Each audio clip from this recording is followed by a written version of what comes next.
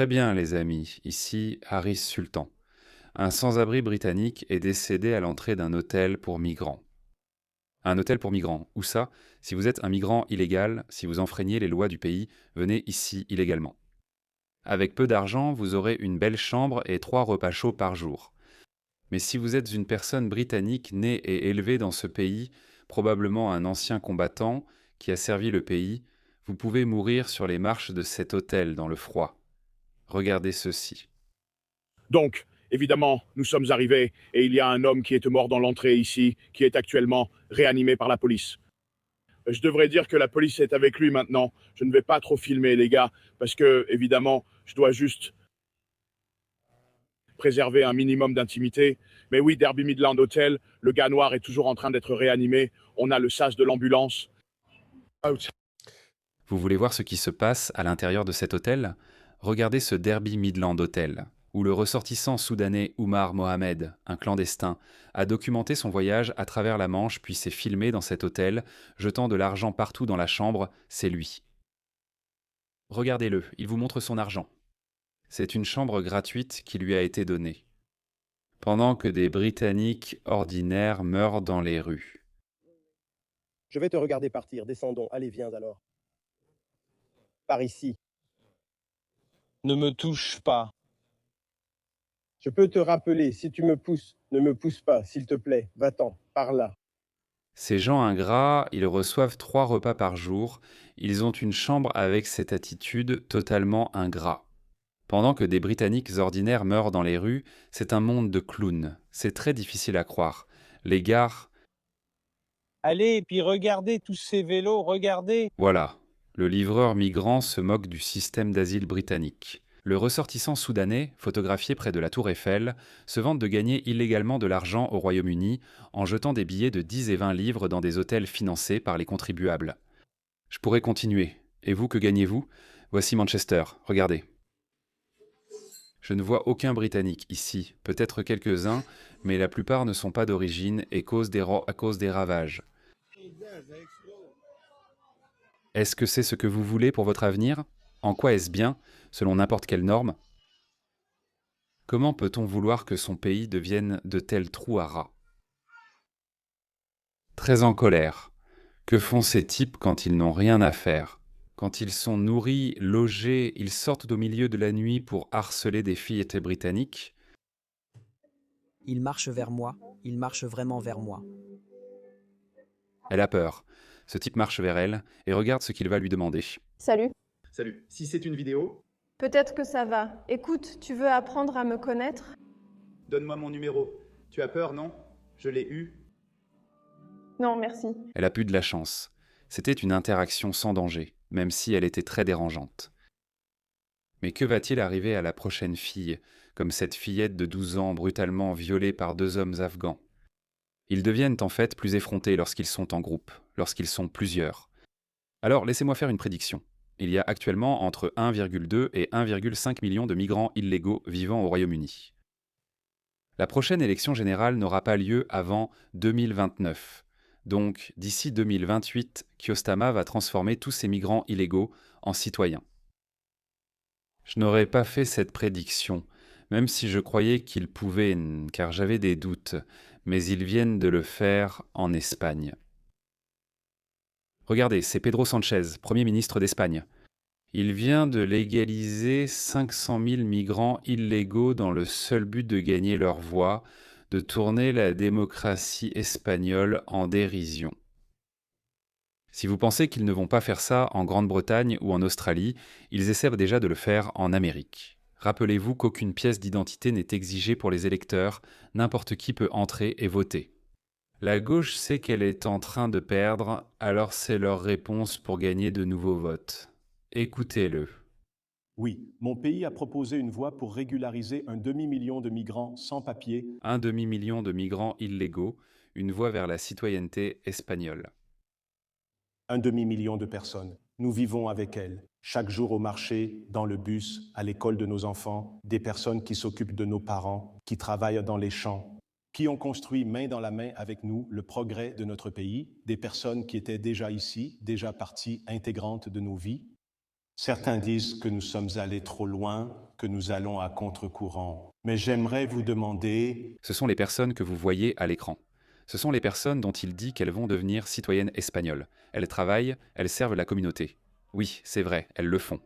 depuis quand reconnaître des droits est-il considéré comme radical? Depuis quand l'empathie est-elle devenue quelque chose d'exceptionnel? Une empathie suicidaire, ce n'est plus une théorie du complot. Tous les pays qui ont massivement importé des personnes de pays du tiers-monde sont devenus dépendants de l'aide sociale. Chaque pays, absolument chaque pays. Il n'y a aucun avantage à faire venir des migrants de faible qualité provenant de pays du tiers-monde dans vos pays développés. Le Japon s'en sort très bien. Oui, ils comprennent que la population diminue, mais il vaut mieux réduire sa population, réduire la taille de son économie, que de se perdre complètement. Beaucoup de respect pour le Japon. L'Espagne est avant tout un pays accueillant et c'est la voie que nous choisissons. Dignité, communauté et justice. Ils peuvent dire ça sans sourciller, donc ils viennent de le faire en Espagne, d'accord? Ils viennent tout simplement de détruire la démocratie espagnole. Si vous voulez regarder cela en détail, j'ai fait une vidéo détaillée, hier. L'une des politiciennes d'extrême gauche woke a littéralement dit qu'elle voulait être remplacée dans le seul but d'éradiquer l'extrême droite ou les voix nationalistes ou conservatrices. Je veux demander aux migrants qui ont été socialement endoctrinés de ne pas nous laisser seuls face à autant de fascisme. Et bien sûr, oui, nous voulons qu'ils votent. Bien sûr, oui, nous avons obtenu des papiers, la régularisation. Maintenant, nous allons demander la nationalité ou changer la loi pour qu'ils puissent voter. Bien sûr, espérons la théorie du remplacement. J'espère vraiment que nous pourrons balayer complètement les fascistes et les racistes, ce pays avec des personnes migrantes et des travailleurs. Bien sûr, je veux vraiment remplacer les fascistes, les racistes, les profiteurs, et qu'on le fasse avec les travailleurs de ce pays, quelle que soit la couleur de peau, que vous soyez chinois ou noir. Morona, avec toutes ses collègues travailleuses à travers ce pays, Alors ils vont faire ça aussi au Royaume-Uni. Regardez cette nouvelle politique du Royaume-Uni. Ils vont également inonder le dernier bastion restant de la société britannique, la campagne anglaise, avec des migrants illégaux. J'ai fait une vidéo détaillée à ce sujet il y a environ 1 an. N'hésitez pas à aller la voir. Si vous cherchez « Y a-t-il trop de blancs en Grande-Bretagne ?» Harris Sultan, vous trouverez cette vidéo. Je mettrai le lien dans la description. Mais c'est comme ça qu'ils manipulent. Je me souviens de cet article. Ils ont lancé cette idée il y a environ 1 an et demi, que « oh, peut-être que la campagne anglaise est trop blanche ». Donc ils ont lancé le débat, et 1 an et demi plus tard, maintenant ils essaient activement de le démanteler. Voyez comment ils procèdent, ils lancent une idée, observent la réaction du public. La plupart des gens n'y ont pas réagi. Je veux dire, j'ai eu 70 000 vues pour cette vidéo, la plupart venant de Grande-Bretagne, et maintenant ils essaient de déblanchir la campagne anglaise. Écoutez ça. Alors, pouvons-nous passer à autre chose et parler de la diversité à la campagne? Oui, rendre la campagne moins blanche. Un rapport a été publié. Je dis ça en tant qu'homme brun, je suis désolé, je dois le dire. Je l'ai dit de façon plus explicite, je dois continuer à le répéter encore et encore. Aucun pays occidental blanc ne devrait laisser sa population autochtone tomber en dessous de 90%. Cela devrait être non négociable. Ce n'est pas parce que les personnes blanches sont supérieures ou que les personnes brunes, noires ou d'autres races sont inférieures. Ce n'est pas l'argument que je fais. Votre population autochtone est la raison pour laquelle votre pays est devenu ce qu'il est aujourd'hui. C'est la raison pour laquelle la Grande-Bretagne est la Grande-Bretagne, grâce aux Britanniques blancs. Je ne dis pas que les Blancs ou les Britanniques blancs sont intellectuellement supérieurs, même si cela pourrait l'être. Ce n'est pas mon argument. Mais ils protègent les valeurs britanniques. Aucune autre race ou culture ne va chérir les valeurs britanniques autant que les Britanniques blancs. Parce qu'ils l'ont construite, ils ont construit la Grande-Bretagne avec tous ses défauts, avec tous ses avantages et bénéfices, ainsi que ses faiblesses et ses forces. Ces Britanniques et les Britanniques en seront les propriétaires. C'est pourquoi que ce soit la Grande-Bretagne, l'Amérique, le Canada ou l'Australie. Votre population autochtone, ou la population des fondateurs, les personnes qui ont créé ce pays, ne devrait jamais tomber en dessous de 90%. Je dis cela en tant que personne de couleur, je suis presque blanc sans l'être. Intérieurement, je suis une noix de coco. Je comprends, mais toute autre culture importée, qu'elle soit hostile ou compatible comme l'indienne, chinoise ou japonaise, D'accord, il ne faudrait jamais remplacer la population australienne par des Japonais, même si les cultures japonaises et chinoises sont incroyables en soi. Nous ne devrions pas le faire parce que, pour que l'Australie reste l'Australie, nous avons besoin de ces personnes qui ont construit l'Australie, c'est-à-dire les Australiens anglo-saxons blancs. C'est pourquoi la population blanche australienne ne doit jamais tomber en dessous de 90%.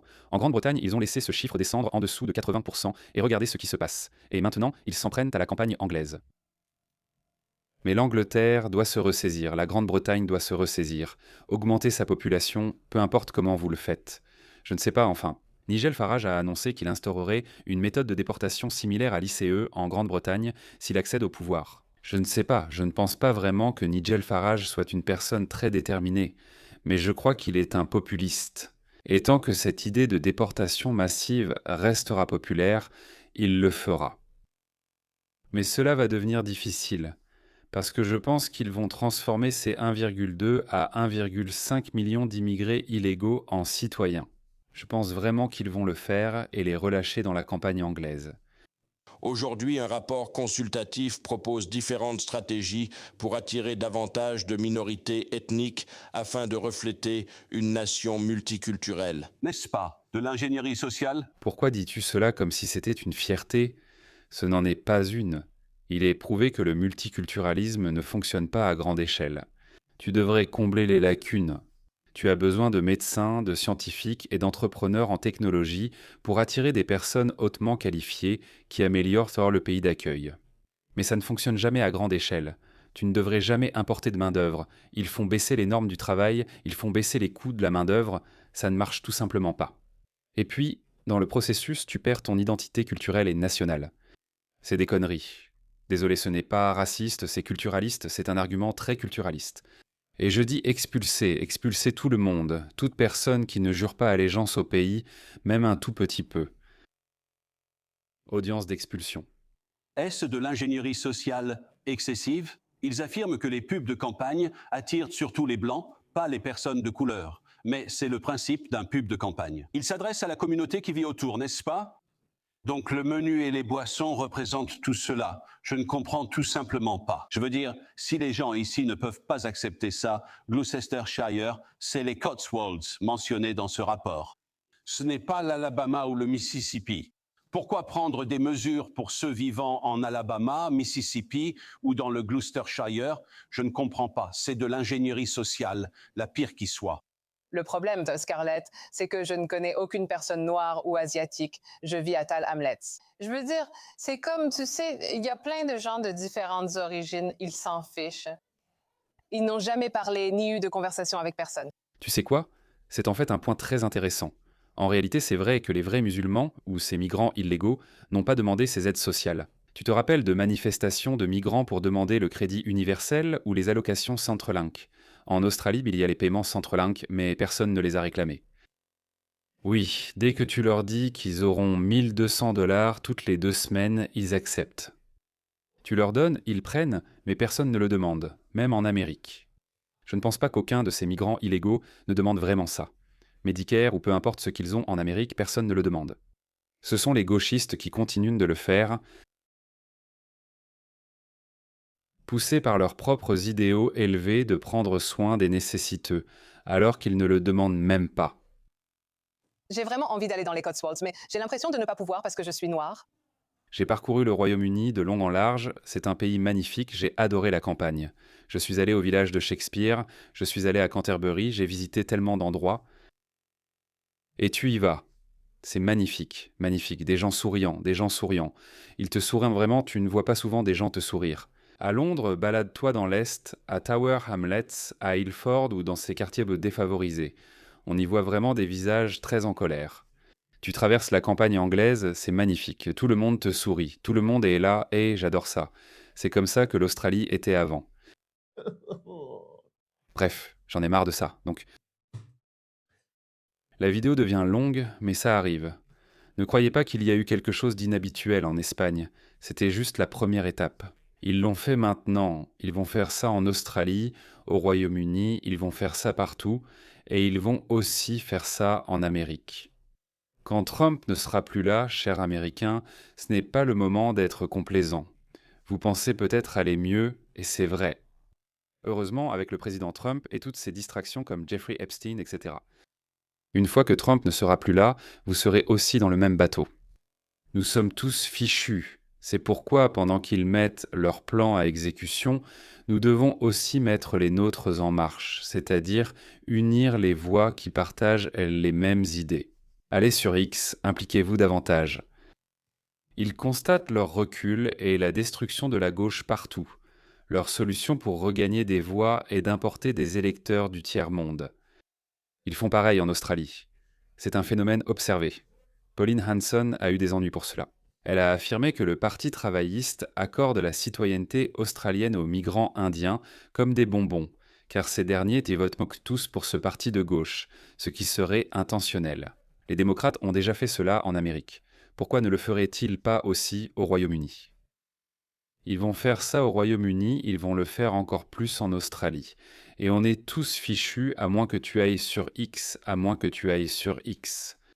S'il te plaît, il nous faut plus de voix.